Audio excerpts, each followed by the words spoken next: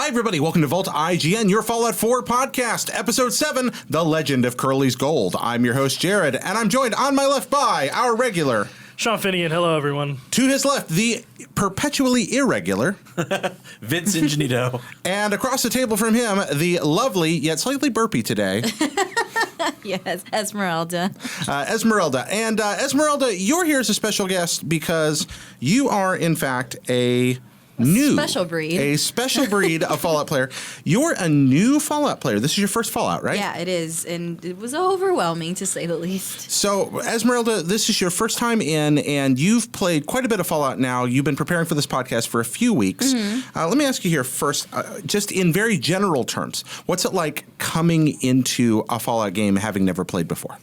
It's definitely a lot to take in. There's a big expectation not only from the game itself to deliver, but from me to be able to admire the things that everyone says about it, even if at first I think it's like a glitch or I just don't understand it correctly. Okay. And we'll dive into some of the things I didn't understand at first, but yeah, it was a monster to deal with from the very beginning. I'm going to be a production jerk, just like right into the mic, or otherwise it will lose it. Don't know how close I'm supposed to get. No, it's not the close. It's the it's when turning. You're turning yeah, it's when you're turning ahead. Otherwise, we lose you every time. Mm-hmm. My apologies about that. That's fine. That's it. Apology number 1 for the show. All right, so big, frightening to come into. Now, you guys, what was your first Fallout, Sean? 3. For your first Fallout was 3. Vince? Yeah. Fallout. Okay, and have you played all of them all the way through the series? So I've played every Fallout except Tactics. I haven't played Tactics. Okay. But yeah, I haven't revisited Fallout 1 or 2 since the Dark Ages. Since playing them back in the day. Yeah. Which, by the way, if you want to, there are excellent versions on Good Old Games that work really well, and I recommend you try them out if you're I've interested. heard those games, like, while they're very different in terms of style and systems, like they still have that brilliant world building and writing that is classic. They do. They have great writing. They have all kinds of really complex interactive world systems. They have just all sorts of neat Easter eggs and things. But hopping back into the subject at hand, Esmeralda, we're going to kind of subject you to a battery of questions here, and everybody's going to join in and comment as you like. So let's start with this very first one here. Coming into Fallout, a game that's sort of notorious for not necessarily explaining itself to new players. Did Fallout make sense to you? What made sense in Fallout? It made sense, like the story and the setup of like why it is that everything went to crap and why I have to find my ugly baby or whatever it is at the very beginning. But other than that, this game really does not it punishes you from the get-go. It doesn't teach you a lot of things that I feel like as a newbie, other people who have played the Fallout franchise for a long time don't understand that going into it as a new person, you might not grasp a lot of things that it's just natural to you as a Fallout player. Things like power armor and VATS and all this other stuff. Carrying loot, if you carry too much, you're not able to run and you walk very slowly. And how junk works and crafting, all those things that even though the Pip-Boy tries his hardest to teach you a little bit, it really doesn't delve into it as much as it should. Okay. So I had a lot of problems just grasping the basics of the game. So I don't know. That's kind of its appeal. I know for a lot of people that you learning and failing and trying again and achieving it afterwards is kind of what makes it fun. But for me at the beginning, I was like, I guess I don't understand this game, and I was already kind of frustrated from the very beginning. Almost put it down. But I tried really hard to get past that initial all right, this game won't teach you it because that's not what it's there for. It's not there to teach you hold your hand like most games nowadays are. Go ahead, Vince. No. Let me ask you this then. You said pretty much the story is what made sense to you. Everything else. Did that make sense? So we're going to jump right on to the next question then, which was, and you listed a few things a second ago, but what didn't make sense as a new Fallout player coming into this game? What were you just I don't know how this works? So just starting off with the VATS, it didn't really explain that it uses up the AP you use for running from the very beginning. So there are oftentimes I clicked the button and it did the VATS thing, and I was like, oh, okay, I'll select these things, and then nothing happened. And so I was like, I guess I don't know how to properly use it, and I had to come to you and tell you, what is it that I did wrong? And you said, oh yeah, you ran up to the enemy, and that's why you couldn't do anything. Right, you used all your points up. Yeah, you run into this funny situation because of that where you're like, okay, there's an enemy closing in on me. Let me activate VATS and get as many attacks in as I can before they get too close. Okay, I did that. Now I've used up all my AP. Fine. Now it's time to run away. Can't run. Except I can't. Why am I not running? And then like you get like, and you're like, I'm not sure why I'm not running. So you keep trying to run, and then you get to run like a short distance. Like, okay, I got a little distance between us. That's. Nope.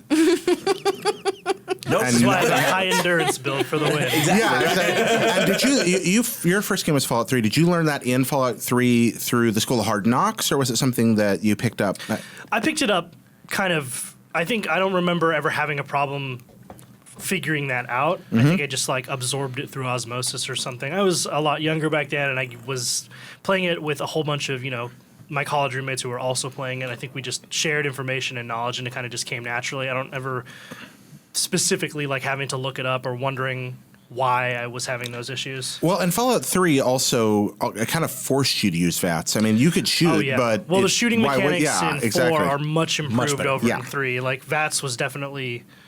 Like you said, you had to kind of use it if you wanted to be effective against killing things. I tried really hard to kind of go like blank into it, just like figure it out on my own, so that way I can get the full experience. Like back in the day when the internet wasn't a thing and it taught you everything. Like I want to play this game like that. Totally. And I realized quickly that might not work out for me, just because I've never played a Fallout game before. Yeah. Oh, go ahead. There's kind of a lot to wrap your head around. I think for me, it helps absorb me into that world, right? Because like things are supposed to be foreign to you, right? You've woken up after 200 years. This isn't the world that you were accustomed to. You weren't a warrior or someone who had to literally fight for their survival in a wasteland before this. So like the fact that some things like systems and story and setting and like how you do things may not come immediately to you, like that kind of makes sense to me in terms of how it immerses you in the world, right? Like it should on some level be difficult and frustrating. I feel like modern games now actually teach a little bit too much. Like there's always a cursor to your next objective, you know what you're supposed to do. And I didn't necessarily fault Fallout for doing that. It was just like I felt like when they first put me in the power armor, I beat the deathclaw and I'm like, great, I'll just keep this thing because it's really cool. And I walked a little bit. I'm like, why won't it stop? Why did it stop? That said, there are some weird little finicky things that, like, even I was like, really? Like, for instance, it took me, I don't know, longer than I would like to admit to figure out how to get out of power armor. Oh, just how to exit the vehicle? Like, Sure. And I was like, because I pressed every button on the controller, and then I was like, okay, well, there's no more buttons. Like, how do I get out? And then I was like, I had to look at it. I had to look it up on the internet, and it's just like, you hold it. You start double tapping That's every so button dumb. or holding down a button, and it's like what's funny about this too is that a lot of the things that you guys are pointing out, the reason so like I totally on paper I totally buy into like your concept that there's a certain degree to which they want to keep the player in the dark because they want the player to feel like they're trying to learn things that are alien to them that the character the player character doesn't necessarily know, and like that can be interesting, but legitimately everything that you guys have named is in the game. They show you, but they show you in this really terrible way where it's like a quick message, a little Pip-Boy notification in the upper left-hand corner for like 5 seconds, and then it goes away and it never comes back. They do that. There's tips on loading screens, and like you're just looking at the loading screen, or you're looking and at you're your hoping phone you're going to see the tip that you don't. Or like you look up Right. and then you start to read the tip, and then like you load in, you're like, I didn't catch the end of that. Like, that was actually important. I did make sure to like not only pay attention to the little Pip-Boy since I don't know anything going in, and also read the help section. Even the help section didn't tell me about the AP thing for VATS. So it's like, okay, so clearly I just missed the little 5-second like blurb. But even then, I don't think it ever said that part either. So like there was a lot. I do feel there's a certain level to which Fallout gets to that it just assumes you've played this before and you should just automatically be familiar with this stuff, so we don't feel the need to teach you. But that can alienate people like me that want to try but are like, wait, I don't understand what I'm doing. Like power armor, why did it stop? I need a fusion core? I didn't know. If I leave it here, I can come back to it? I didn't know that either. Right. Like Dogmeat kept disappearing, and then I had to read online, build this dog shelter for it, and then it'll come back to you. I didn't know that either. Like there was just so many things that I felt like if you just gave me a quick, like, I don't know, that more hands-on, so that way I don't lose the experience of immersing myself instead of just being extremely frustrated. Yeah, there's an element of this game, and I think this goes for all Fallout games, that's almost, it's a Nintendo Uncle game.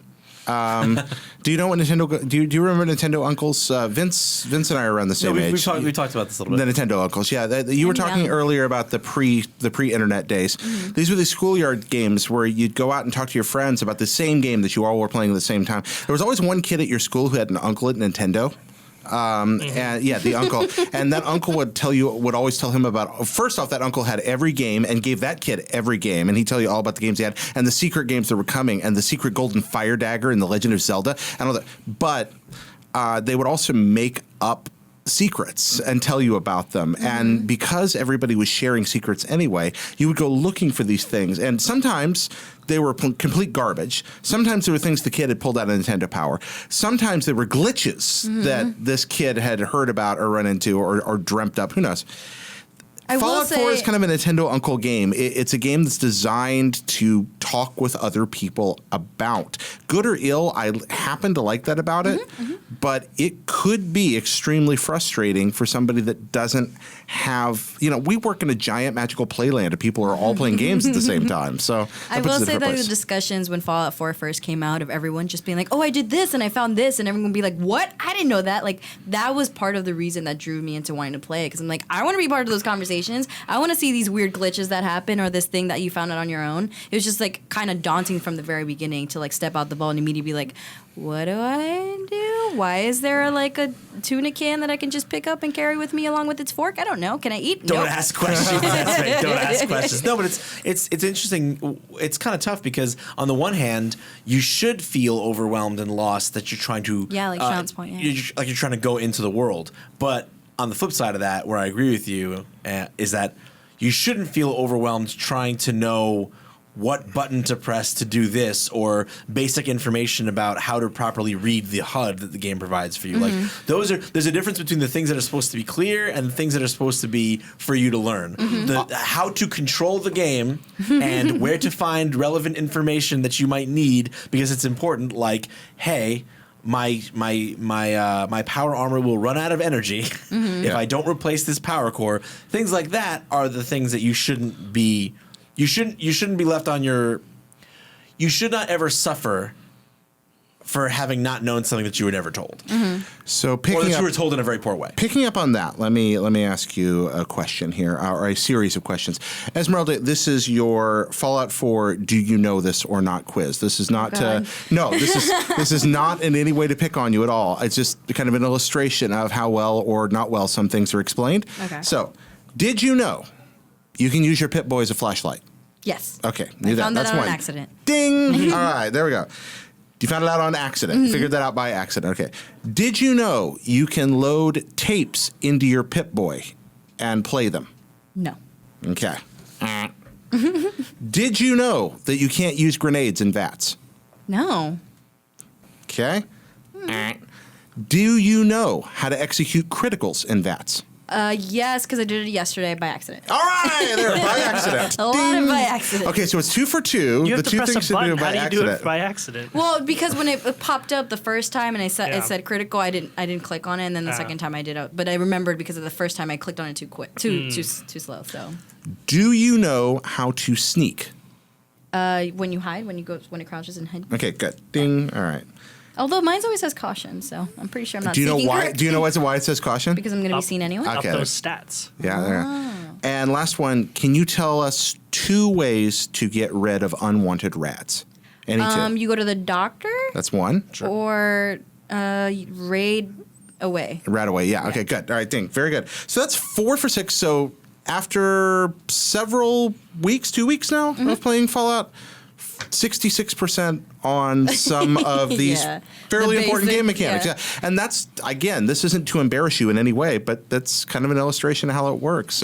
Yeah, like some of the stuff I think is like purpose design. Like for instance, the fusion core thing. Like it may not directly tell you that you need to use or that your fusion cores have or that the armor needs a fusion core and that the fusion core has a limited supply. But running around in the fusion core, like you should see the meter slowly going down, right? Like about halfway through my first fusion core, I was like, oh, that's new.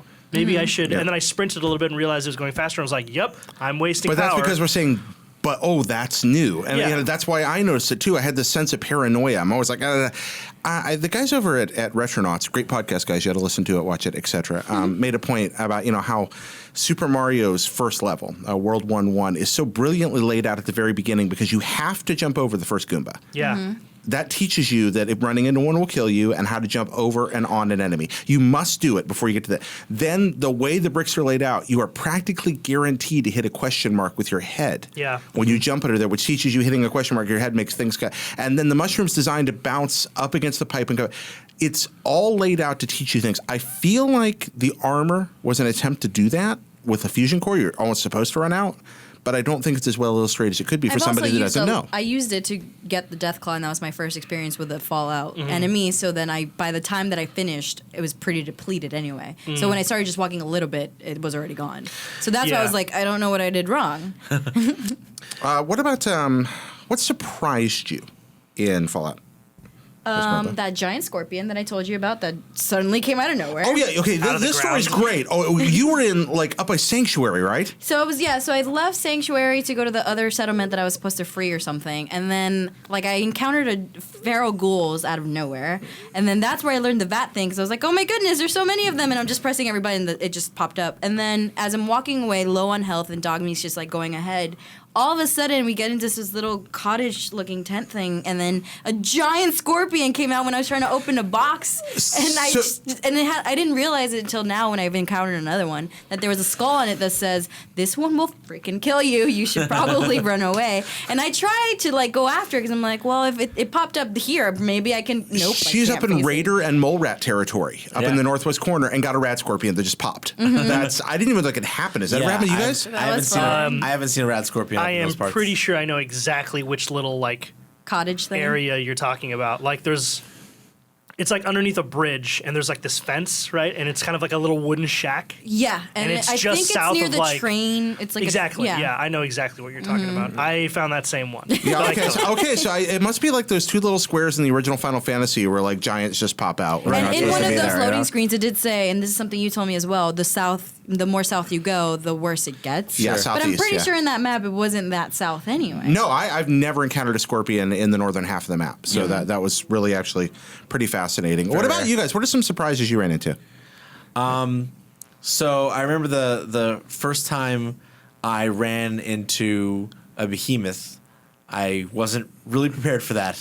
Oh, just for the actual oh my goodness, this is a really really big deal type thing. Yeah. I wasn't quite ready to the size of him. Oh, okay, no, that's pretty good. But I don't know. The big surprise I'm thinking of that I had gameplay wise, I don't know if I want to. Well, spoil it depends. For anyone. Okay, we have to be careful about spoilers. It's not story. It's not story related, but it is related to a side quest. Okay, well, here's what we're gonna do. We're gonna give that quick spoiler warning, guys. We got this new nifty spoiler tag. If you're watching this, a red spoiler appears at this point on the screen. And while we're talking, that spoiler will be there. When we're done with the spoiler, it'll pop up. So you can just fast forward through and disappears. You're safe again. On audio, just jump ahead about a minute. And okay, Vince, go ahead. So I had picked up the miscellaneous quest to investigate the witch memorial.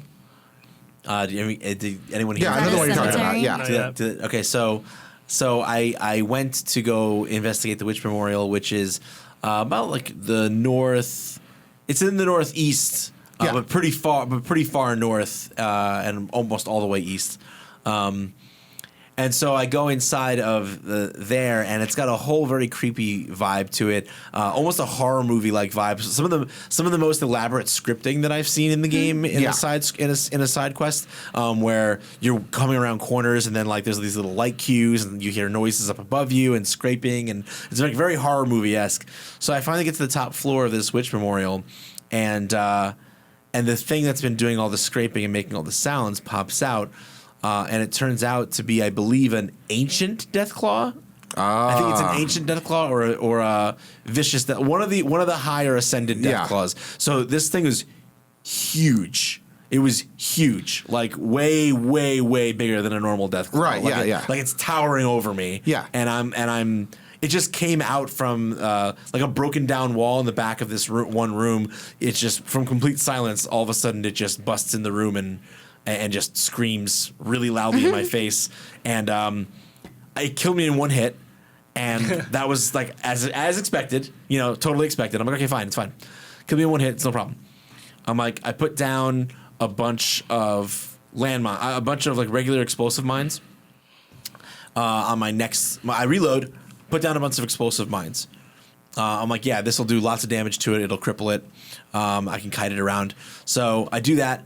I fire off a shot to get its attention. It comes out from the place I know it's hiding, runs through 4 or 5 explosive mines, doesn't even stop, does no damage to it, and kills me in one hit. I'm like, okay, fine, this is fine. So I reload one more time, and I'm like, all right, I'm going to set down 2 or 3 bottle cap mines, which, as you know, are very, very heavy ordnance. Yeah. Those are like 350 damage or something, or 310 damage each, which is massive, massive damage. Yeah, 3 of those, and the one in my inventory, I had 1 mini nuke mine. Okay. And so I put that down as well. And it ran through the 3 bottle cap mines like nothing was there. And then the nuke mine hit it, and it got knocked down for a couple of seconds, but it did like less than a centimeter of damage to it. Oh my gosh. And I was like, no, this isn't. Yeah, it's just going. It's time to go away now. Like, this isn't happening. So what I ended up doing was sneaking past it to like complete the mission anyway, because it wasn't to kill that thing; it was to find something that's there. I don't want to spoil the rest of the mission for people, but like, yeah, that was a huge surprise. I didn't expect to find something that big in that enclosed area, and I didn't expect for like the biggest, most powerful weapons I had to like not even scratch. Not do a thing to it. Note to All right. never go there. Coming out of spoiler territory now. We got a note here. Move on. Sean, anything that jumps out? Yeah, I was exploring like the sort of northeastern side of the map, and I came across a hospital, and I was just like, "Ooh, there's probably supplies in there that I want to, take for myself." And I was kind of halfway health, and I had like my little pistol. I didn't think of I usually leave my Fat Man and my minigun at home. Like I don't really need them. And I went into this hospital to explore, and it turns out it's full of super mutants. Like 100 of them. There's so many of them in there. And so I spent I batted all of them to death and pistoled them all to death. I died many times doing it, but I cleared out the whole hospital. And it turns out there are no supplies in there. Literally 0. So I spent so much effort in there for nothing. So that unhappy surprise for you. And then I walked out, and like the secondary surprise there is when I walked out, I came across the first sort of like synthetic institute people. They're just walking around over there, and I was like, oh my god, you are creepy. I don't know what you are. And I had no ammo or health at that point, so I just left them alone. You're like, bye. Marked it on my map and was like, let's come back here and explore this more. 30 hours from now. Yeah. Coming back to Esmeralda, who again, Fallout 4 is her first game. She's been playing it quite a bit for the last couple of weeks. Or her first Fallout game, not her first game. She plays lots of games, but Never played a video game before. Never before. No, Esmeralda's Fallout 4, her first Fallout game. So let me ask you this. Compared to this has been a big year for open world games, and really kind of a big, decade for open world games to a point. Yeah. How does Fallout 4's open world compare to others for you, coming into it blind, walking into this? I feel like Fallout 4 it's as enjoyable as you want to make it. And I think like this game has been kind of to the levels of GTA where you kind of own your own developer. Like you have to find your own fun for it. You develop your own quest. Even if it gives you a quest, like you make a different objectives yourselves as a player depending how you want to play. Like you can build up your settlement if you care or you don't care. You can play a certain way, like being definitely like the different types of weapons that you choose to craft or whatever. Whereas like in Dragon Age or whatever, like there's a goal and there's a story and you want to complete that story. In GTA, you can just fool around, do whatever. In Fallout, I feel like you are, like you said from the very beginning, the reason it really doesn't teach you much is because it does want you to feel like you're in this world and you've been thrown into this, you're 200 years old, someone stole your baby for some reason, and you have to just develop a sense of humanity again and figure out how it is to build a society, and how you choose to do that is really interesting. And one of the things that how to not do that. Or how not to do that. You can completely ignore all of those things. And I think that's why I have like if I were to think about my love-hate relationship with this game, where at the beginning I was like, I don't know why I'm playing this if it's really frustrating me, and then you finally get like a groove and you're like, oh, this is why. Like it's pretty awesome to defeat 20 ghouls in a row because you got the flow of it and you have your characters pretty specced out. Or you can choose to like go and like just harvest a lot of things and see what iguana soup if you want to like create that or whatever.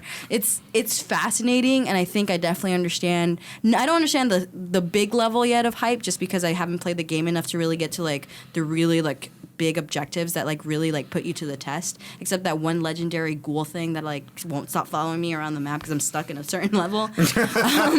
But I can see like once you like actually immerse yourself into the game, like it keeps drawing you back. Like even though you're frustrated and you'll put the controller in like, oh, but I know that if I figure out these like 3 other ways to maybe go about this mission, I'll get it right. And that reward of like, it's okay that you failed, will just keep bringing you about this challenge. You'll figure it out is kind of what I guess is what everyone is drawn to. Sure, and something that you're running into also, and that by the way, you're not alone. Like it was interesting to me. You know, I think Dan Stapleton, you know, who reviewed the game, myself, Tal, certainly Jared, and probably Steve Butts. Like we all had the similar experience of being like Fallout like super veterans who are listening to people who haven't played as much Fallout all around the office be like, this game is impossible. This game is ridiculous. It's so frustrating, you know. But for us, we were like, yeah, like if you're dying 10 times in an area, that's Fallout's way of saying you're not supposed to be there. And that's the thing is that Fallout is one of the few games, and this is just to link it back to the open world, which is what we're talking about. Fallout's one of the few games that does not craft its open world in a way that is purposefully laid out so that you won't run into things that can kill you. Like the whole point is like, yeah, you can go up, down, left, or right, but what you find if you go left, might just kill you. I make this comparison too often, but it's that Dark Souls Legend of Zelda, original Legend of Zelda lineage, where it's just like, yeah, why don't you go try? Yeah. See what happens. I mean, there's very few places that you just can't go at all, and it's good to know. Like again, it's the love-hate. Like I hate that I encountered that and it killed me, but at least now I know that's a challenge that later on I can go to and figure out, hey, now that I know that this gun is really good and I've spec'd it out and I have enough aid or whatever, because that was a really big problem for me. I did not collect enough aid to help me to get to point A to point B. Oh, okay. Well, now that I know that I got the right tools to do this, now I can face it and I did it, and now that was great. Now I can do another one, and that accomplishment that I don't really feel like you get from a lot of games like Uncharted, where it is point A to point B, and you're like, well, yeah, that was hard, but I knew I was kind of gonna get through it. Where it's Fallout, you don't know. You might have to give up on an objective, and that's okay. Yeah. You just go on to another one. That's the thing, and you're right. What you're saying there is like totally true. Like that's okay, and like that's the mindset that that you have to eventually come into with the game, because I can say to anyone, like pretty much, if you play Fallout and you interpret being stopped in your tracks or dying as a failure, then like you're probably not going to have a very good time with the game. You're going to have a bad time. Yeah, you're going to have a bad time. It's true though. Like if you look at it as like, well, I went 100 yards to the west, and a thing killed me in one hit. I'm either terrible at this game, or I don't understand it, or and if you equate death with failure, then you're I'm not saying you're playing it wrong, but like you're probably not in the right mindset to enjoy what the experience is. Like the idea is, I went west, I got killed, so maybe I sneak around that thing. Maybe I wait until nighttime and I sneak around that thing, or maybe I draw something else over there that it'll fight with, and I let them fight, and then I run, and then I go by. Or maybe I just outrun it because I have that much stamina. I think that's why the saving ability allows penalties for failure to be so small, because failure is a teaching tool. That's a lot. Yeah, and I mean, honestly, sometimes the way I've died has been the most entertaining part. Like, that's true. I remember I was exploring this building, and I opened a door to just one other room, like 100 rooms in a row, and there was a raider standing there with a fat man, and it just boom, shot me in the face. And I was like how? Why? That's what you get for exploring. Like I thought it was really funny. It is really funny. It's great. Why nukes? Yeah, it's like why nuke? No, it's like stumbling into the Revenant, and was it Baldur's Gate? Anyway, or the Demi-Lich. Or the Demi-Lich. Yeah, that's the one I always think of from Baldur's Gate. This is post Demi-Lich stress disorder. I will say, like yesterday when I was playing this like late at night, and I was pretty tired, so I was already in that like frustrated zone. Like I was going to an objective, and like I was just going straight line, and then like this Codsworth looking thing, just like it had the little ghoul sign, so I'm like, okay, I'm not gonna be able to beat it, and it killed me in one hit. usually when I got to those points in the game, I would just be like, well, fuck this game. And I was sorry. Screw this game. That's and all right. I was just writing writing the note right here. Editor. There we are. I would just I would just walk away. I'm like, oh, I don't want to do that anymore. Now I've gotten to the point in the game like, no, I now have a different strategy. Like you were explaining, like I'll do this other thing instead, as opposed to just giving up and being like, well, I screwed that one up, so I'm just gonna have to do another one. Right. So it's definitely like now you get in a flow of like, oh no, the game isn't punishing me. It's just teaching me that there's different things to look out for because that's the real world. So drawing from that, Esmeralda, what's your verdict on Fallout 4? Having played it for some time now, 0 out of 10. what do you think of it? I think I'm going to continue to have a love-hate relationship to it just because I am still learning as a newbie. And there are a lot of things I wish I knew at this point that I don't feel like I've grasped on from the little quiz that we took. But I definitely now feel like it's a contender up there for Fallout 4 is an open-world game that I want more games out of. I want to be able to it's like old school games that it doesn't really teach you, and you learn and you feel rewarded. And I feel like I've played enough like Rise of the Tomb Raiders that I enjoy, but I don't really feel like I did anything. Like I don't feel like I really like. That's what I was gonna say. Is like the distinction for me is like it's not that it's not teaching you. It's just that it's teaching you through making you do it. Right? Like you wanted to talk about that Retronauts example, which is a great one. There's this other awesome video called. Sequelitis, why Mega Man X is like one of the greatest sequels ever. It's by this guy, Ego Raptor. Shout out to Ego Raptor. I need to watch this. Great video, 20-minute video. Honestly, I watch it maybe once a week. I've seen it 100 times, but it's so good. And it talks about how game design teaches you to play the game. And the example is a lot like the one you use for Mario, where it makes you do it, and by doing it, it teaches it to you. Death is one of those things in Fallout that is used as a mechanic to show you how and why to approach different things in different ways, right? And it's not like that is how it should teach you. I don't think actually that Fallout would be better if it was more sort of direct in how it taught you. Like you guys play Arkham Knight. Yep. The whole game, there's like, hey, press this button to do this thing on the screen. And I'm like, I did this 100 times. I know it, but it's still popping up. That I think is that's a crutch in how it teaches you to play the game. Like I don't think good game design has to do that. It should do it by making you do things, and I think Fallout does that. You know? Yeah, no, I definitely agree. Yeah, and like to kind of extrapolate further on that, the Arkham Knight example, and to be clear, I do like the Arkham games, and I think that their combat is very satisfying and enjoyable. But like you said, very autopilot. Like and the thing is, like you said, there's always a prompt on the screen, and if you go further with that point, that means that the way they continue to ramp up the challenge is by introducing enemies that require you to press other buttons that they also tell you which to do. So it becomes about like identify this enemy, I always press these buttons, and that's the only way I can beat that enemy. Otherwise, he kills me in one hit. I think you're raising a legitimate point. Yeah. I also think that we were earlier on this very same show complaining that Bethesda didn't tell us what buttons to press enough. Well, like I said, I want to make a distinction because there should be.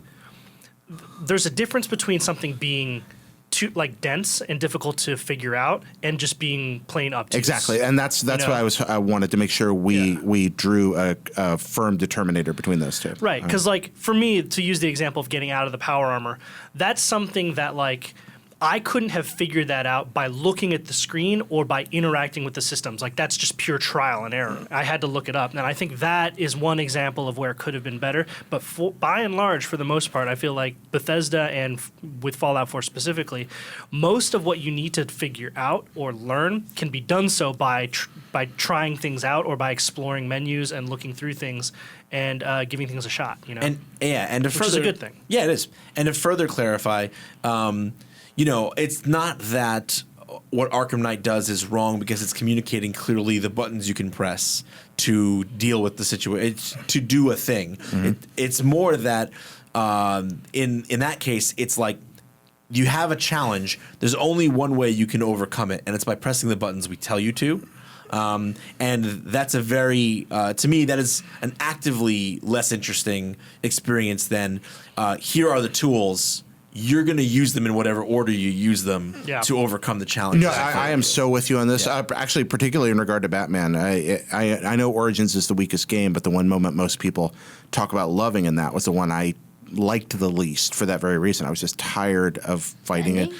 it. No, the boss fight with Slade. I just like I am so. It's just a big QTE event. I don't want to do this. And no, I definitely like I said from the very beginning. I do think that Bethesda could have done better to tell me that like to give me the basics so I can run off on my own. So that way I'm not immediately frustrated from the very beginning, and I don't want to give this game a shot because.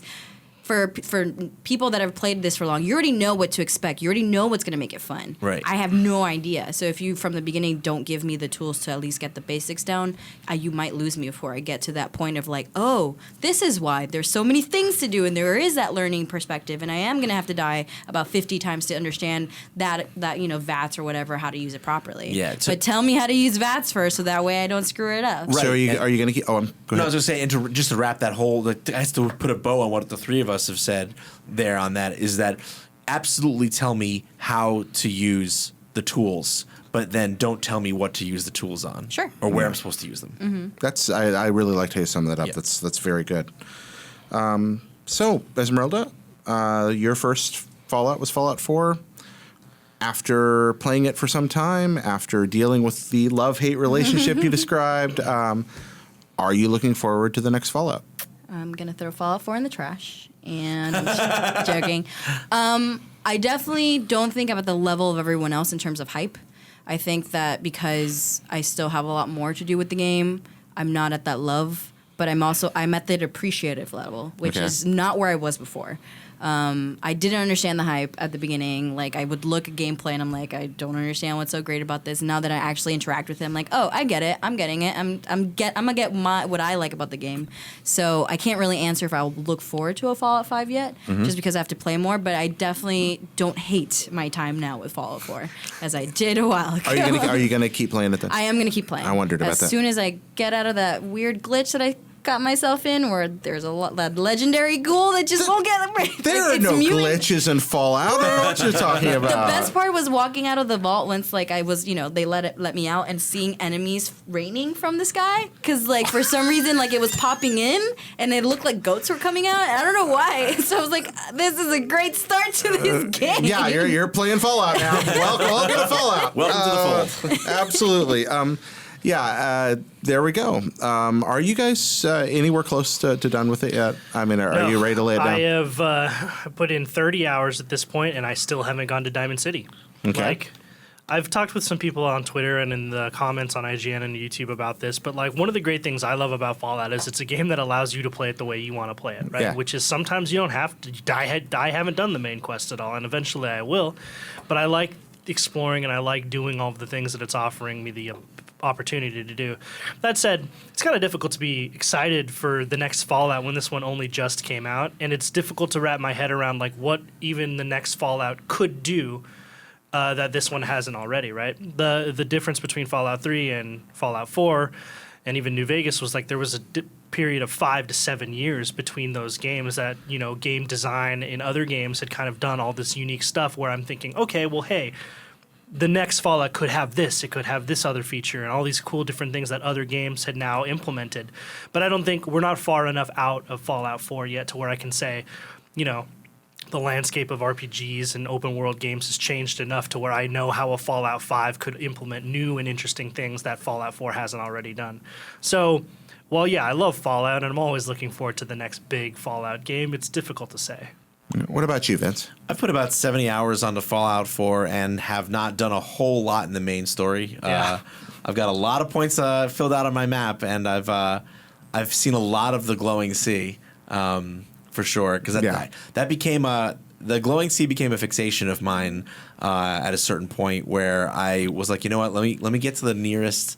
Let me get to the nearest settlement to the glowing sea and set up a real legitimate stronghold there and make that kind of my the game kind of corrals you into thinking that Sanctuary is supposed to be like your home base. Yeah. And I decided on there are 30 settlements you can choose from. Yeah, there are 30 settlements you can choose from. But Sanctuary is the one they try to stick in. Yeah, totally. and since I don't have nice. Since I don't have local leader, it's not convenient for me to I can't link up my workshops so that I have everything in one. So that means it took a very concerted effort for me to move the bulk of my supplies. Did you mule everything down to the glowing sea? I made several mule. I made several mule runs, not to have all of it there, but to have like the bulk of it. Need, yeah, to have the bulk of it there. Of what You're I would mad need. with power. Yeah. I'm impressed. I really wanted to make that my main place so that I could make regular excavations into the glowing sea property. and go. Yeah, that's right. It's the equivalent. Yeah. So like, and what I found that was interesting is that off the edges of the let's stop right there. Why? I don't know what you think I'm going to say. Watch the spoilage edge there. We're going to be careful here. Oh, okay. I'm not giving away anything specific, but what's interesting is that like the I don't know if you want to mark it as spoilers, then fine. But like the map is a little bit more like, so there's the actual physical, like what looks like the edge of the map on the mini map on the Pip-Boy, but then like there are things on the kind of the outskirts outside of that, not like hugely significant things from what I've seen, but like you can, if like you get to the edge of that map and you're like, oh well that's all there is to see in the glowing sea, and then you're like, but hey, there's an icon on my compass off further west, maybe I should go check that out. It's like the Shire. It's okay to go beyond the edge of the map. Right, exactly. That's what exactly. I think that we probably ought to keep it safe on that one. Let's not go any farther than that. Esmeralda, it's again Fallout 4, your first playthrough, right in the middle of it. Haven't played a Fallout game before. What advice do you have for people who are coming into Fallout? Go to IGN.com/Fallout4 I didn't know she was going to do that. I think the best advice I can give to a newcomer like me is just that, like you guys said many times, it's okay to fail. Because modern games kind of like they allow you to fail, but you don't fail enough to like really like feel like, oh, that's okay for a Fallout game. And that's why earlier I was saying, like, when it comes to open world games, Fallout 4 is a top contender of like because it allows you to do so much, and because it allows you to just like build your own game with it. Like knowing that there's that trial and error portion to it just allows you to just like really appreciate all these small things that usually in modern games you kind of gloss over and stuff.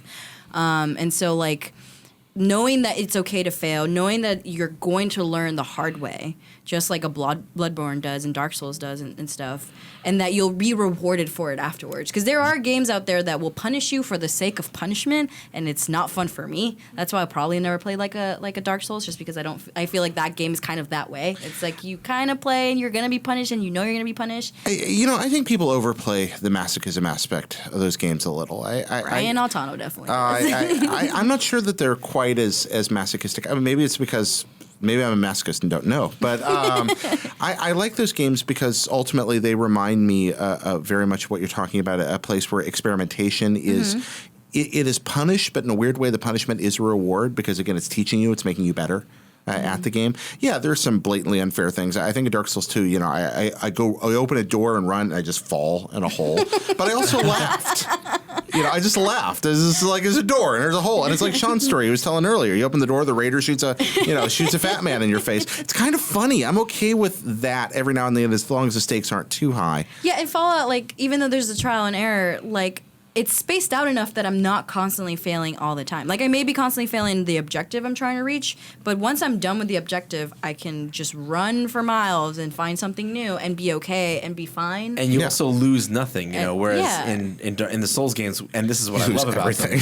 You lose literally everything. Yeah. That sounds horrendous to me. And that sounds awesome to me. That's a quick thing for you guys. Go ahead, Sean. I was just going to say greater challenge, greater reward. Like I love really hard games. That's why I love competitive games. That's why I think EVE Online is the best MMO, because you actually lose things when you die. It's fantastic. Yeah, stakes create tension, and tension is what compels me to feel like I'm part of the world. Yeah. Yeah. So quick on that, Esmeralda, give one piece of advice. One piece of advice you have for Fallout players, guys, if you're going to impart a nugget of wisdom. You want to go first, or want me?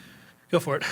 So I said this a little bit on my Twitter, but the main tip I would give people is to take a good, when the first time you ever go into that perk screen to put in your first point, take a good long look at all the perks and start cobbling together in your mind what you think your character looks like at level 10, at 15, at 20. Yeah. Have a vision. Like, this is not so the RPG and progression elements have become such a so ubiquitous in modern gaming. Mm-hmm.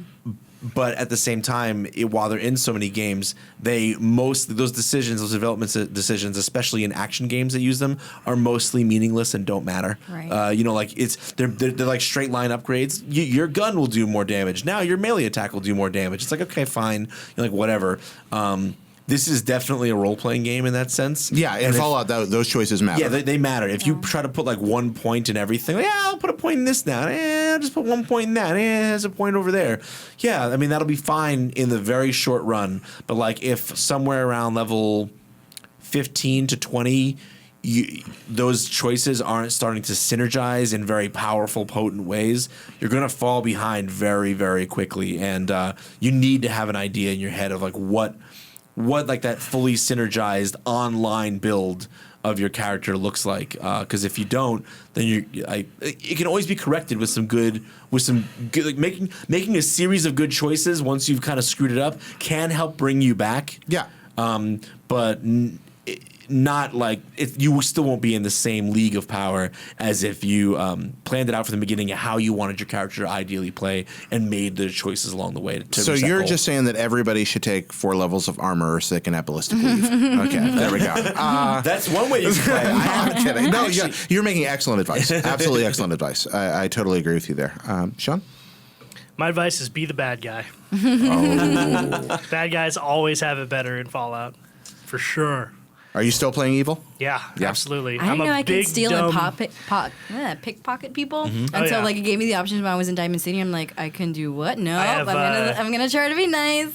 I have like my guy is like super high strength, heavy weapons oriented, like melee type guy, but he's real dumb.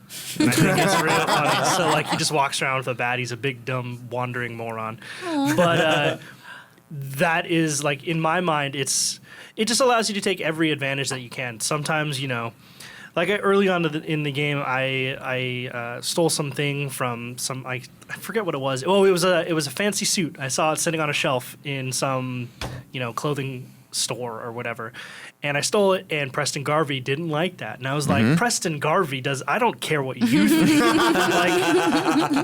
Did you go get McCready? Yeah, I need to find a companion. He loves it when you steal. Go get McCready. Awesome. Yeah, okay, cool. It makes him so happy. Also, he has a terribly broken perk that gives you a 95% headshot, so you should really go get it. I think you've mentioned that before. That's awesome. Yeah, I just think like this perk is dumb. Fallout is a world to me that is like it's a wasteland. There's all sorts of seedy characters out there, and even the good ones aren't entirely good. And I think that if you want to really get ahead real quick, you steal everything, you kill everyone, and you take everything for yourself. So that's Sean's advice for life. Yeah. Okay. Steal everything and kill everyone. I don't want to be near you when the apocalypse comes. Or maybe you do want me. You'll be my friend and then take everything. As Dwight Schrute once said, the hand that comes out of the grave is the strong hand you want on the wheel. And on that terrifying note, on to the next topic. Just real quick, who are you traveling with, Esmeralda? Codsworth. You're a Codsworth person. Okay, why Well, Codsworth? that's because Dogmeat kept crying, and it made me very sad. Good thing he doesn't die, otherwise it'd make me uber sad. But I felt like he wasn't really helping me anyway. Like, I'd tell him to go somewhere to distract, and he'd just come right back or just sit still. So Codsworth had actually like been doing a lot more damage. And then I got to Diamond City, and I got that detective guy who's coming. Detective guy? Yeah, the Sith? Synth. Yeah, the Synth. Yeah. The Sith If you were a from Star Sith, Wars? that would be amazing. The Lord of the Sith. He is both. Lord of the Synths. So Nick Valentine, you've run into there, but you're traveling with Codsworth at this point. Yeah, well, I switched him just recently. Do you like him? Okay. Nick? Personality-wise, Codsworth or Nick? So I haven't really played a lot with their Codsworth really likes me just because I've helped everyone. Robot. Yeah. He was my robot, and I helped a lot of people, so he's been kind of on my side and stuff. I haven't had anyone really any of the companions say I didn't like you doing that. So I haven't really had that dynamic yet of Well, what you're does probably that being mean? nice. Yeah, you're probably being nice around Codsworth. Yeah. He's fairly easy to please. What about you guys? Who are you traveling with? Right now, I'm still using Preston Garvey. Okay. Even though you're like, I don't care what you think, Preston Garvey? Well, now I've just made sure to be like, yo, stay over here. I'm gonna go rob this place. Oh, okay. So like, he doesn't see when I do it, which means he can't judge me. So I'm still using him. The reason is because his rifle is really good. Yeah.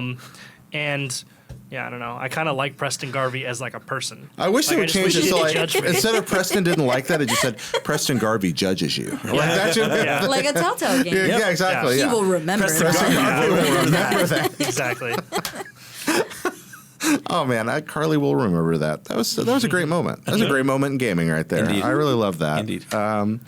What about you? Who are you traveling with, Vince? Solo. I don't use a follower. Oh, okay. Do you use was it Lone Wanderer then? Yep. Okay. Yeah, I I do. was wondering about that. So Yes, traveling indeed. all How do on you its pick own. up all of this stuff? Well, because Lone Wanderer gives you a bonus to your encumbrance Nice. threshold. Is it as much as having a secondary person?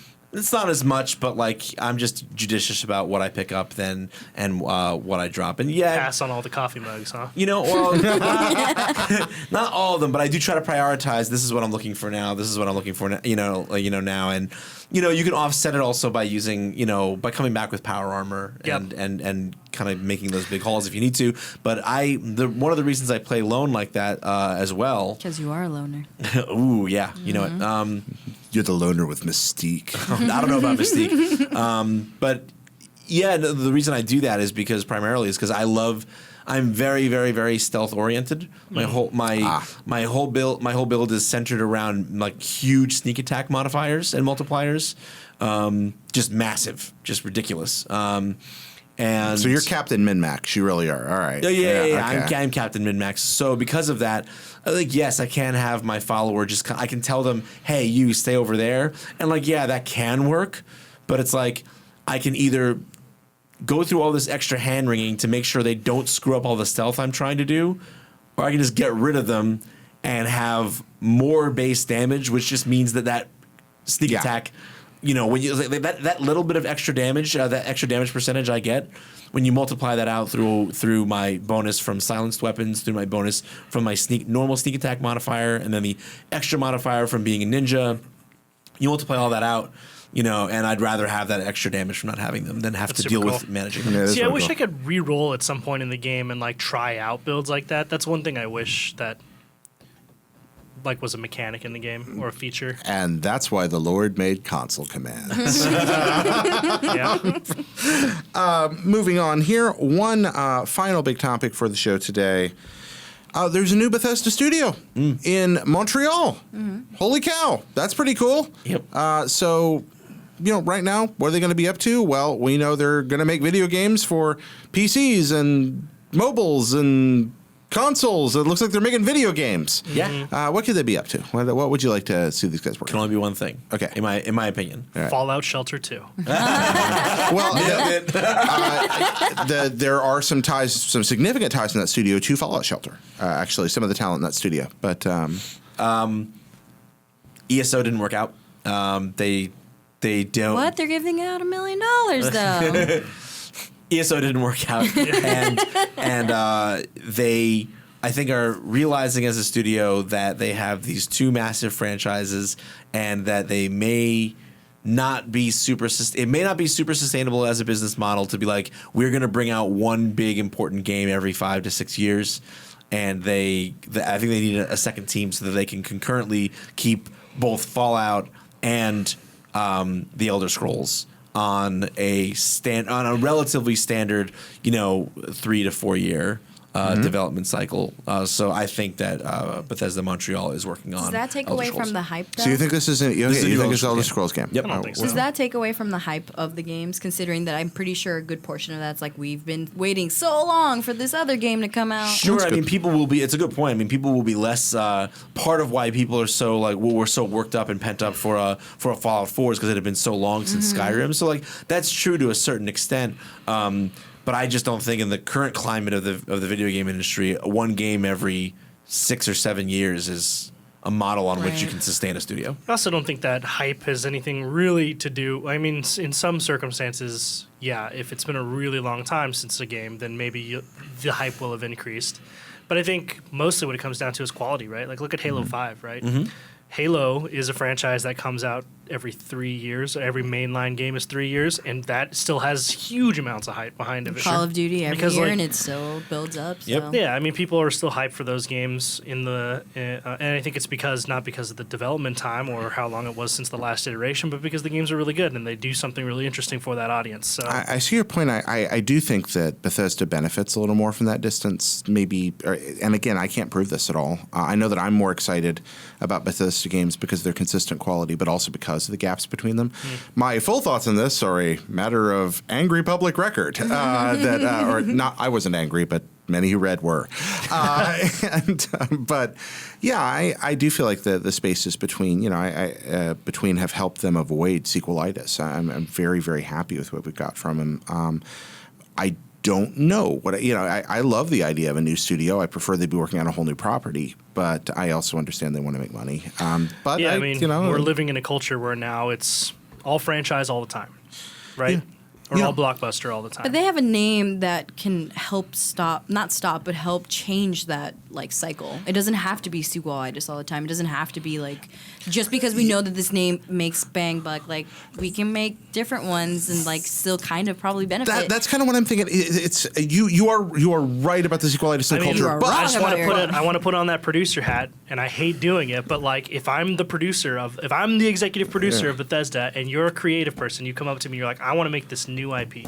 I'm gonna be like, why don't you make another Fallout game, or why don't you make another? Fallout and again, Elder Scrolls would game. not exist if that one person didn't go up and say, "Hey, I want to create this new IP," though. So, but that was a different time. Like, we could make way more money just on the name alone. But My point for is, the like, it's reason we will difficult to never do. stop if having you- all these like but movies if that are you like just pull- franchises and games that just continue all these things. if you pull off the case study for where it does work, it doesn't always work out. It often doesn't work out. But then Rockstar didn't have to make Red Dead, and they did. And I mean, they did not have to make that game. Totally. It's like, we're going to make something totally new and wowie. I mean, in my opinion, it's the best thing they've ever made. Yeah, a lot of people share that too. you know, I'm not saying I'm against new things. Obviously, I mean, you all know me. I fight for new things more than anyone else. But at the Sure. same time, it's super difficult to justify new IPs from a creative standpoint when the bottom line is what matters in the industry. But the Yeah. bottom line will ultimately, I fear, be. I mean, look what happened to Square Enix with the oversaturation of Final Fantasy spinoffs and sequels. I mean, it eventually choked their relevance. Totally. But I don't think we're anywhere near that point with Bethesda. But why wait till you choke it? Like, that's Because by the time they choke it, they will have made billions of dollars. and like, that's all I'm imagining anyone you like really Baby cares Herman about. right now. Like, that's the image. Yeah, but see, that's the thing is like to draw the analogy to the film Yeah. industry. Like, I think superhero fatigue is coming a lot sooner than 2025, which is when the last Marvel movie we know on the slate, right? I think we'll be fed up long before that. But in that time, they will have made billions upon billions of dollars, and they will have we'll all get sick of it, and we'll be like, "Damn you, Marvel!" But they'll just be laughing because I'm in already that there. meantime, Yeah, I got there. But you do have a very good point. Vince, And I think what's important to keep in mind is that, Jared, is that if you want them to create new things, you want them to take risks on new things. I think I want that too. In order for a studio of that size and stature to do that, though, they have to grow their profile. Mm-hmm. You know what I mean? They can't. You can't make one game every 7 years, and then after that, then the latest 7-year cycle be like, you know what? Let's bet the next 7 years on one brand new game. Yeah. What you have to do instead is say, you know what? We have a steady stream of reliable hits that we know are going to bring in money, and that gives us the wiggle room to take a risk on something else. So if you're producing an Elder Scrolls every 6 years, and on the off between Fallout every 6 years, so it's like every 3 years is another big. And then you support that with regular, DLC updates and so that they continue to be a revenue stream for you, just like they've done with the other Elder Scrolls games and the other Fallout games in the modern era. Then maybe you create enough of a revenue stream that you can go and say, you know what, let's take this third team and let's explore another idea. And if it succeeds, great. If it fails, there's still a regular stream of Fallout and Elder Scrolls money coming in. So you don't get to take the big risk until you have a solid foundation. Yeah. And it sounds weird to say Bethesda doesn't have a solid foundation when they're so established, but the reality is they're established on the idea that that game that comes out every 7 years is gangbusters, and if it's not, then they go away overnight. Case in point, Irrational, right? I Sure. love BioShock Infinite, and I love BioShock, and I think Ken Levine's a genius, and I love everyone at that studio. But you can't take 7 years to make a game, no matter how well it sells, unless you're Rockstar. But that's something that like. But that's the thing is like I don't think Bethesda. they're not there. They're in a different situation. They're not there yet. They're in a very Like, different situation. only Rockstar is in that category. Yeah. Like, Well, Rockstar sold. What is it? 35? No, it's up in the 50s now, I believe. I meant 35 for GTA 5. consoles. Like, Oh, okay, yeah. When it initially released on last gen, it did like 35 million copies, Yeah. and then once it got ported to next gen and then released on PC, It's well into the 50 or 50s something. now. Like Infinite was great, widely received, widely acclaimed critically and commercially, not anywhere near that level. And you have to have that level of success if you want to be able to just take chances willy-nilly. Otherwise, you have to build it into a business strategy that makes sense for if it fails. Right. Yeah. Like, do you think Ubisoft could have taken a chance on a game like Child of Light if it weren't for Assassin's Creed? Totally the case in point. Yeah, You know? absolutely. My point is like, if Bethesda wants to take a chance, great. Bethesda is a team of really, really great players. All sorts of incredibly creative people out there, but you have to make sure that whatever business strategy you have going forward, it allows for a failure. But and I don't think one game every 5 years is that failure. That safety net. All these arguments make sense. My counterpoint being, look what's happened to Assassin's Creed. I mean, Syndicate was good, and as near as I can tell, no one cares. It's actually one of the I'll better bet ones. you the sales will. Nope. The The sales so far have been under. I don't what have they answers. expected. Do you know Yeah. the Yeah, but figures? what they expect though? 12 to 15 million copies. Like But if no, it's when But you again, have but we're back to expectations what like you have that to make. high, that actually does impact like in the business. Like Yeah, you guys were just what making you that project argument. and you not meeting that projection, even if that projection was high and you're like at the end of the day, like you did sell 15 million, whatever, it's still not going to cover what you actually invested in marketing and development. You know what? dollars. We can do this a while, and I wish we could, but we have something even more important to talk about. And who How knows? awesome I it's am. actually related. Well, we're definitely going to talk about how awesome you are, but it's this week's Total Diversion, friends. And speaking of big, expensive franchises, your Total Diversion task this week, my friends, Star Wars movies in order from worst to best. Worst to best. We're gonna Each of you. 5, 4, 6. 5, 4. Wait, there are 6 Star Wars movies. No, there Sean. aren't. Excellent. And Sean wins the internet, the show, the people's ovation, and fame forever. All right. So your argument is of the original trilogy, 5 is the worst? No, you said from best to worst. No, right? worst to best. Oh, worst to best. Yeah. Sorry. Then it would be 6, 4, 5. 6, 4, 5. So Empire's the best. Jedi, Star Wars. Empire's the best, Empire. followed by Jedi, followed by New Hope. Okay. All right. Okay. So Empire. Yeah. All right. There we are. We're doing it. I need to Brain hurts. Okay. There we go. go that way. Vince, what about you? I'm going worst to best here, right? Worst to best, yeah. Okay, Worst. So he said worst is Jedi. Right. Yeah. Then so, Star Wars. And So Empire. just 1, 2, 3, 6, 4, 5 1, 2, 3, Yeah. 6, 4, 5. So Yeah. that would be Phantom Menace, is the worst. Clone And then Wars, Clone Wars, Sith. Revenge of the Sith, Jedi, Jedi.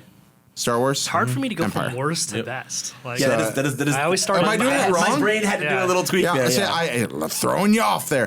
Now, I used to be with you. I thought 1 was worse than 2. And Brian Albert and I recently watched I've all heard of them about this, together. and I'm yeah, not down with it. Attack of the Clones is not just the worst Star Wars movie. It's one of the worst movies I've ever seen. I forgot how bad it is. Nothing happens in that movie. The reason I disagree is because and this is to me semi-validated with the surging popularity of the Machete Order. The movie where nothing happens of any relevance is 1.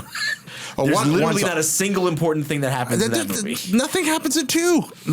There are 2, except does- the last time we talked about this, you brought up those cool seismic charges. Well, there's that, but in 2 there are legitimately things that happen that affect that actually affect 3 and beyond in the trilogy. Yeah. 1, you can literally retcon it, and it does not actually change anyone's understanding or the and context. we are sure. arguing the difference between like brown turds and browner turds here Right. too. Pretty that's sure good. 2 has one of the worst scenes I think of all of film history. Which one? I think it's 2 where Padme Padme is up from a dream and she's out on the balcony or something, and like Anakin comes and joins her, and he's like kind of looking at her in the moonlight there, and she notices that he's looking at her, and so she turns around and she looks at him and he waits for something, or she waits for him to say something, and he goes, "You're so beautiful." Yeah. And she goes, "Only because I'm so in love." And already I'm face palming. And then he goes, "No, only because I'm so in love with you." And I was like, I was 12 when I saw this, and like I was like, that is terrible writing. Is that in 2? Okay, Yes, I think it's in 2. They're on the balcony of their like picture apartment. like It's a small so Sean just be like, terrible. "No." Like George Lucas, and I mean this is coming from no name Sean Finnegan. Yep. Yeah, but you're Mr. Film here. I mean, you're a movie guy. Thank you. I'm a big movies guy, but like George Lucas has never been a good writer, and he is an even or a good worse director of actors. Yeah, but he is an even worse romance writer, and like that scene is indicative of it. Maybe like he all has the- no idea how to write characters who Maybe are it's in love. all these weird comments about Maybe like he's selling never Star been in Wars being love. like a divorce. Well, that's what I was Come- gonna say. yeah, Is like, George, have you ever been in love? Try and make it like that, right? Like, Now I'm because sad for nothing George. about those two characters on that balcony says to me that they're in love. Nothing. No, I man. agree with you. No, yeah, those scenes are inept. Terrible. You know, do you ever, sometimes I worry he's just going to sit there and be like, you know, like we complain about George, and we should. But Well, what if he just turned around one day, like, listen honestly- here, none of you would have had a childhood if it weren't for Well, me. see, that's exactly the thing. It's like, actually, I mean, as much as I criticize George Lucas, I'm a big George Lucas defender. Like, Yeah. the strength and vision of his original trilogy was so strong that even if he fell short of it, it changed people's lives and pop culture forever. That's a monumental achievement. Sure. I would say only a few directors ever have achieved something of that magnitude. So the dude deserves a lot of credit, but that doesn't make it that he's like, you can't criticize him at all, right? So that's just where Oh, I'm at. absolutely. It's Yeah. fair to criticize. Okay, so your order again. You refuse to acknowledge the original trilogy or the prequel trilogy. Prequels to me, literally, they don't exist. Empire's the best, followed by A New Hope, followed by Jedi. But I really love Jedi. I mean, I love Jedi too. they're all Okay, amazing. whereupon you have in those first three exactly the same order from those three, And then just acknowledging the existence the others. of the prequel trilogy. Esme, what about you? So I'm known a little bit on IGN for writing an opinion piece on how I don't love Star Wars, but I like Star Wars just Yeah. because I'm Hispanic, and so my family doesn't really have this like culture of like passing down movies and stuff until I got older and actually had to experience it myself. Not to say that all Hispanics don't have this. I'm just saying that that's how my family, infrastructure was. And so I didn't watch Star Wars until I was in I think college. Okay. And so I've actually only seen the original because people told me never to watch the prequels because apparently they don't exist. So from worst to best, I put 5, 4, and 6, just because in the last one, Slave Leia takes charge and gets back her independence. So from- Slave Leia is your favorite part, like of Star Wars? yeah, because it shows that even in they took away her power, she made her really feminine and just took away you basically have, even though you're a princess and you actually have a stance in the rebel alliance or whatever, we're making you this just I don't know, this sex symbol. She took charge and took it back. And I really appreciate Now that. I'm very interested in something here. You said 5 of the 3 would be the one you liked least of the 3, but in the order. That's Empire, you fairly like the least? fairly unusual among It's people just not, I that just like don't Star remember Wars. it as well. Yeah, it just doesn't jump out at It you. doesn't stand out. as Okay, that's much what I was anyway. wondering about. All right, so that's the. I think, we're probably on the same page here. I think Empire has the best scene work out of the whole, out of all of them. Empire is my personal favorite movie of all time. And so I have, and there's a lot of reasons for that. I think it's the best written of the original trilogy. I think also the best directed. Irvin Kershner's directing is superb. Lawrence Kasdan's writing is spot on. It's the funniest. It's got the most marvelously done balance of drama and action and a little bit of comedy in it. It also, sorry to interrupt, No, go ahead, but it you're also not. gives you a really great, at least to me, that movie encapsulates what the Force is really about. Yeah. That scene where Luke is being taught on Dagobah by, Master Yoda, that is it's borderline spiritual in that way. It really it's not gives borderline. you. It is. Yeah. It is spiritual. That scene where Luke meets Yoda and Yoda is pretending to be this kind of bumbling fool, I think is the best scene in Star Wars. It's great. It sells you. And what's really amazing, and I talk about Yoda a lot because I think it's just a huge accomplishment in the cinematic universe. But that The Call of Duty cinematic universe. oh god, yeah. But when when Luke is being taught the ways of the Force, and he's saying, Yoda's saying like you have to feel the Force like in you, in the rock, in the tree, between you and me, and even the ship. Like luminous beings. you forget, luminous beings are we, not this crude matter. Like it gives me goosebumps. It gives me goosebumps because time. it's a great monologue, but it's a great monologue delivered by a puppet. Yeah. And you don't for 1 minute. For not anywhere in that do I think, oh, that's a puppet. Like look at the way his eyes move. Like to me, that is a living, breathing thing right there. No, It's that's a superb point. Also, like this you buy is the magic of it, Aw, And that's it's so a puppet. adorable. It's a dude like underneath with like it's sticks. Frank Oz doing this. Yeah, like if you under watch there. the behind the scenes, like there's parts where like the eyes are totally just pointed up in the sky, and Irvin Kershner's like, bring the eyes down, and like in those moments you're like, oh yeah, this is a puppet. Yeah. And at the age of 37, having grown up with the film, I watched it 2 days ago, and that entire scene brought tears to my eyes all over again. It's a very moving scene because of the gravity of the things that he's saying. How like it formed my ideas about like of like kind of secular humanist thought. Yeah. As a young person and as a 37-year-old man, I still feel like I have things to learn and work on from what Yoda's advice was. Okay, that's heartfelt and extraordinary.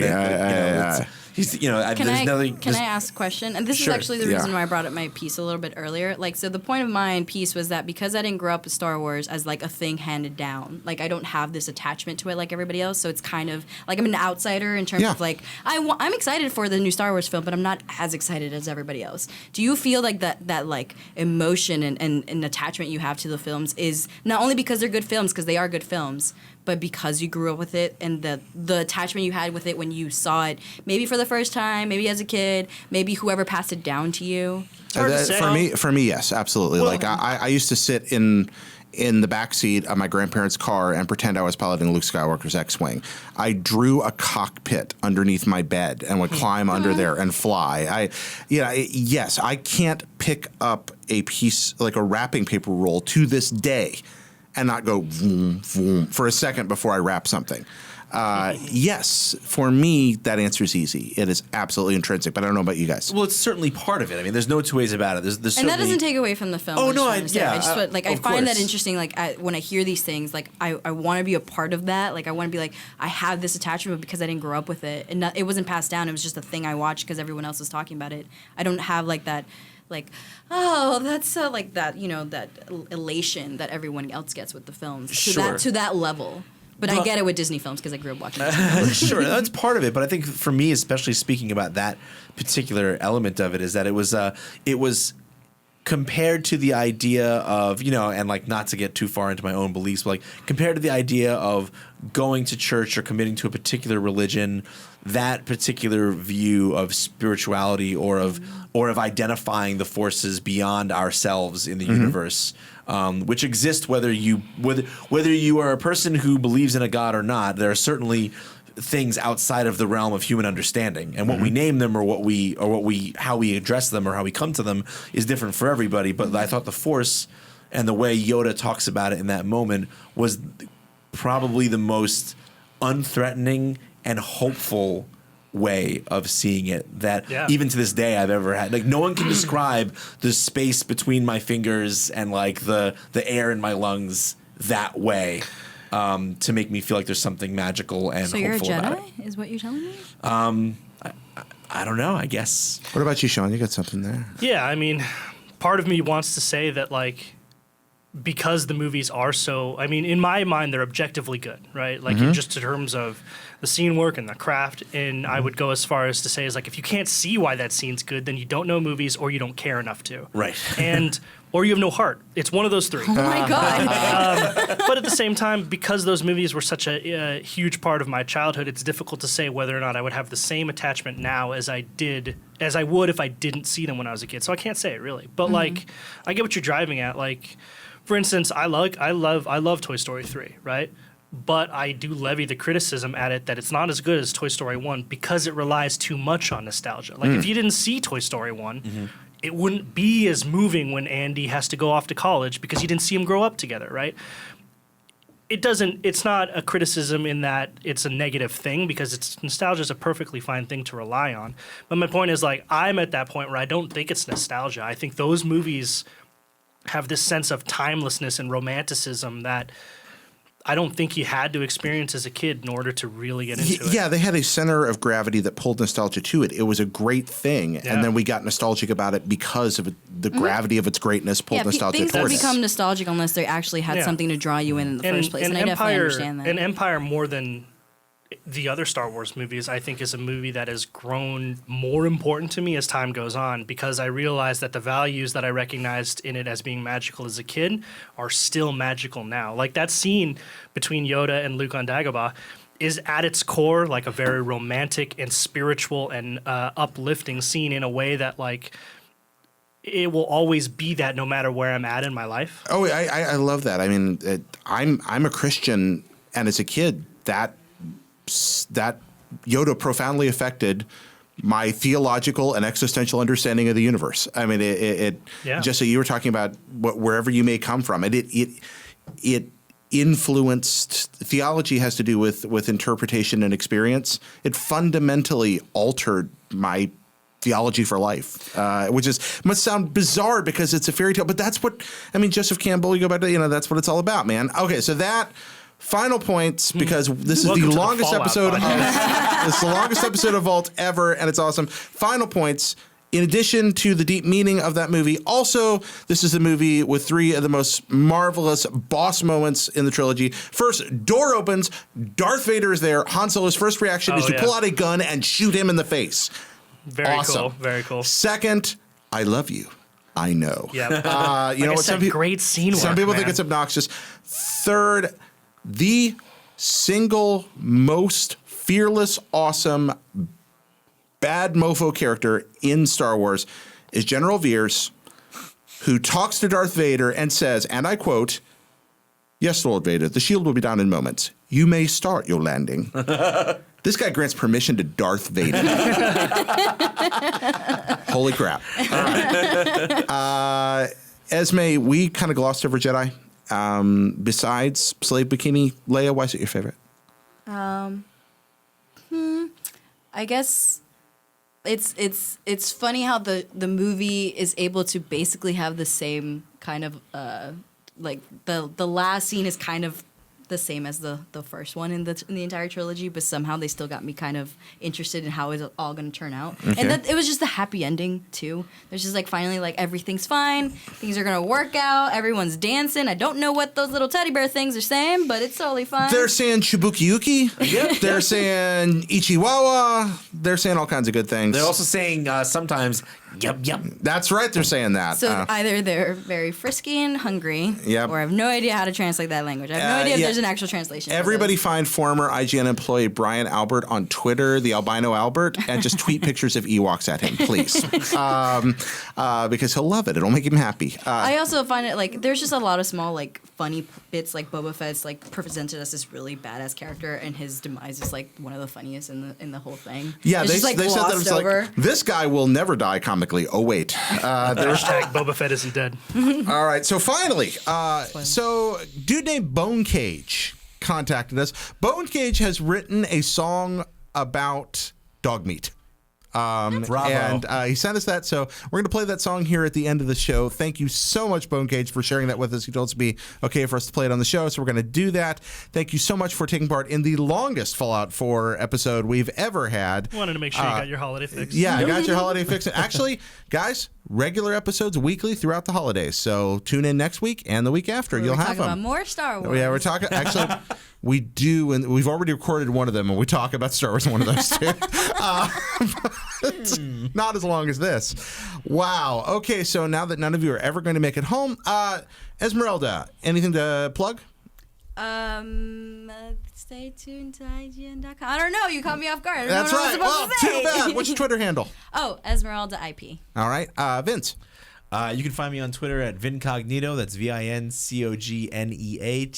And I just finished spending a lot of time helping us get Best of 2015 launched.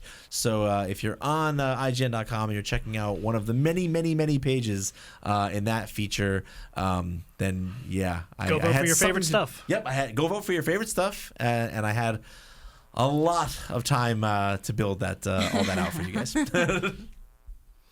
Follow me at I'm Finnegan on Twitter and add me on Xbox Live, Finnegan space. I'm always looking for Halo players and Destiny players. As far as content, check out the Independence Day Resurgence trailer that Rewind Theater that I did for the trailer with John Ryan. We talk about all the cool little things that are happening in that trailer, and there's kind of a lot of little Easter eggy / timeline stuff in there. So if you're a big Independence Day, yeah. If you don't know, that's a sequel to Independence Day. That along with The Goonies and The Abyss is my wife's favorite movie, which is weird. So that's live on IGN right now, so check that out. I'm Petty Comma Jared, COMMA. Please direct any and all inquiries, mails, and sundry things my direction. Also, if you don't mind, go to the old iTunes and give us lots and lots of stars, because that really, really helps. I really appreciate you guys watching, listening, bearing with us, contacting us, reaching out, thinking about us, doing seances so that you can commune with our spirits and all the rest. Thank you so very much for allowing us to do this. Every time you watch, every time you listen, you really help us do what we love for a living. And an angel gets his wings. And an angel gets its wings in the spirit. So, Feliz cumpleaños. No. Noel. Birthday? No. What is it? Let's see. Feliz Navidad. That's it. Yeah, Yes, there we are. I was being silly. Yeah. Feliz Navidad. Joyeux Noel. Merry Christmas. And all the rest. ¿Dónde está la biblioteca? I was walking down the hall one day. I speak Spanish, I promise. I know you speak Spanish, but you were just standing in the hall walking alone. You weren't going to just go, ¿Dónde está la biblioteca? It's a joke I carry on with Tal and Steve. But there was no one there. I was talking to someone, I promise. I don't talk to myself. Thank you so much, Esme. Thank you so much, Vince. Thank you so much, Sean. Goodbye, people of Earth. And until next time, enjoy your apocalypse.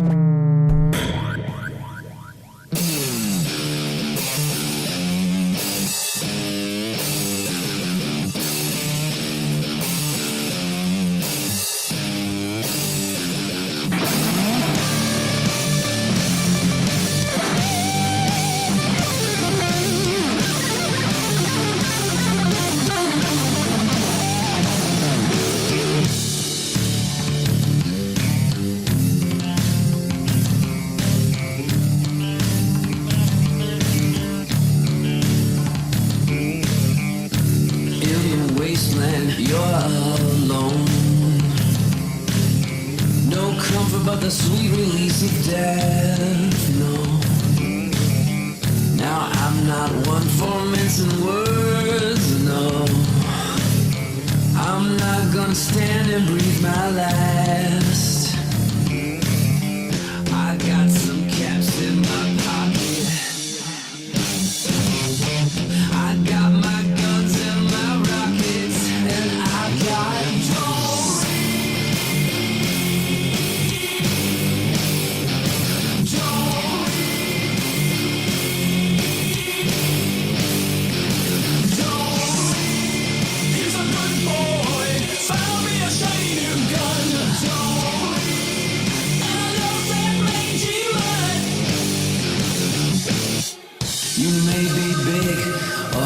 legendary claws. There's no way that I turn back. You sealed your fate when you closed your jaws. Now I'm about to send some flags.